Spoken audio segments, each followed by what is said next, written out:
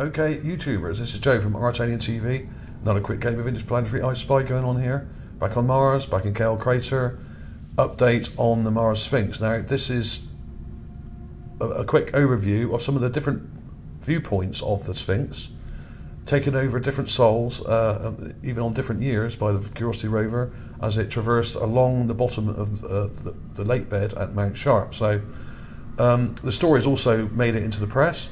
The Daily Mail here, it's also in the Daily Star, and it's also in the Daily Express, and I'm sure it will be copied and pasted into many other newspaper outlets and online news sites.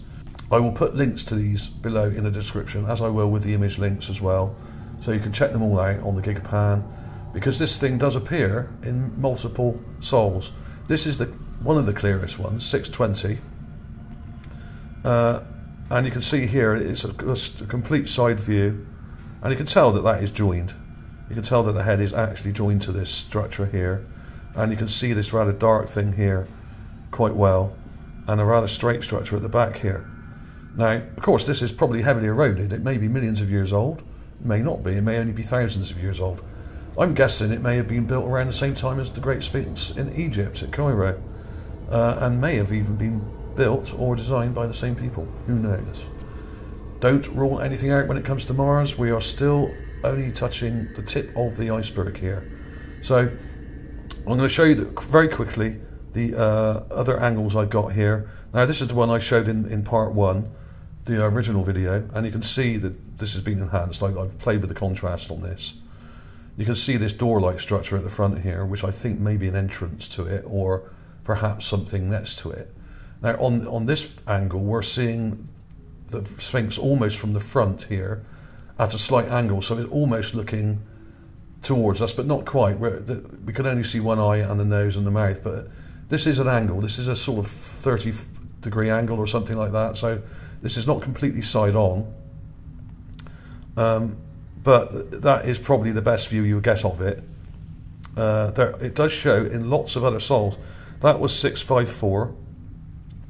It's also in 571 here, but it's very small and much further away because the camera isn't zoomed in, so it's a bit blurry. But it's definitely there.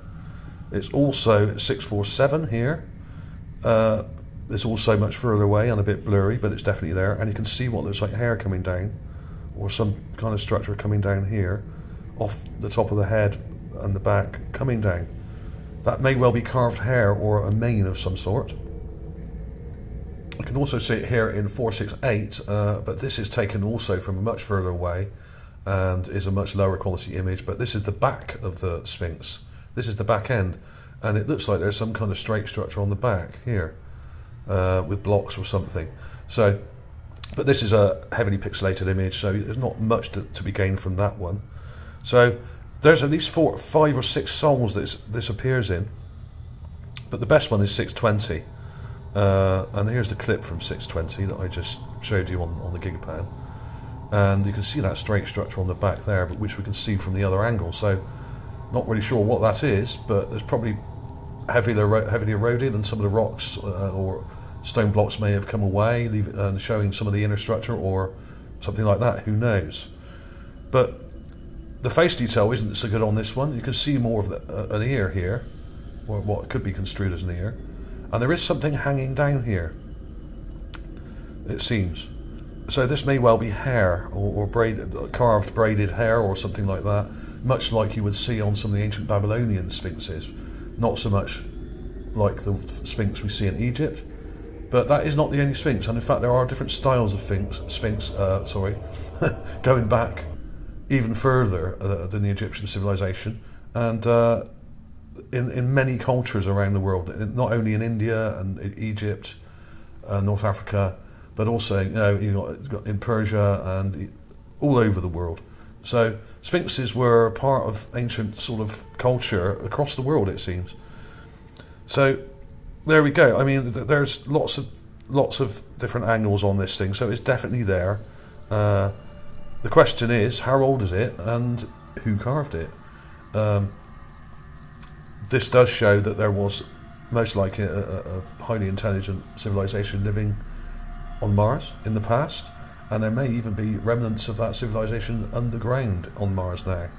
It's pretty unhospitable on the surface, gets very cold, there's not much water, but I'm sure there's plenty of it underground. And any civilization wanting to survive the cataclysm that happened there must have gone underground a long time ago. It may turn out that this is just a glimpse of what's to come, and there may be many more similar structures and statues and more pyramids, for instance, to come in the images over the next coming years. More rovers are going to be sent there.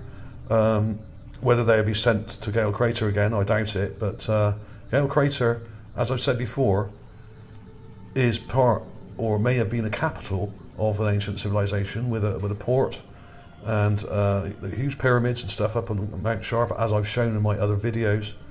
So it does look like they had a really advanced civilization on Mars, and this is evidence of it. Okay.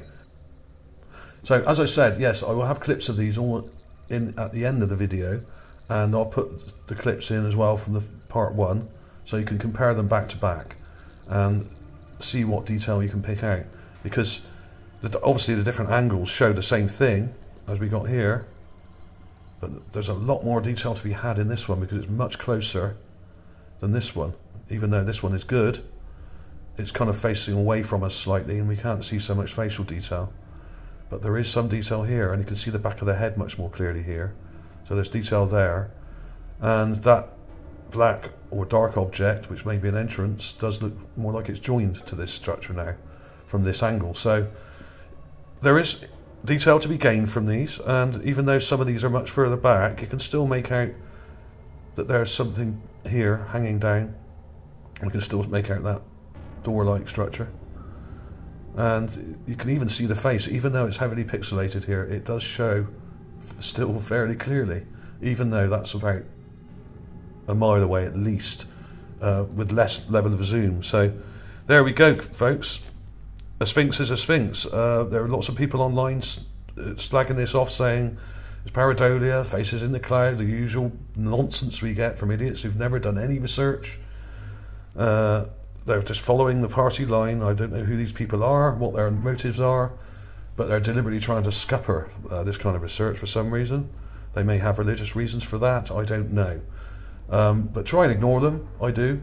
I often ban them from my page on YouTube, because they basically are trolls and childish at that. So there we go, guys. It shows it in multiple images from multiple angles. It's a sphinx. Thank you for watching. I'll see you soon.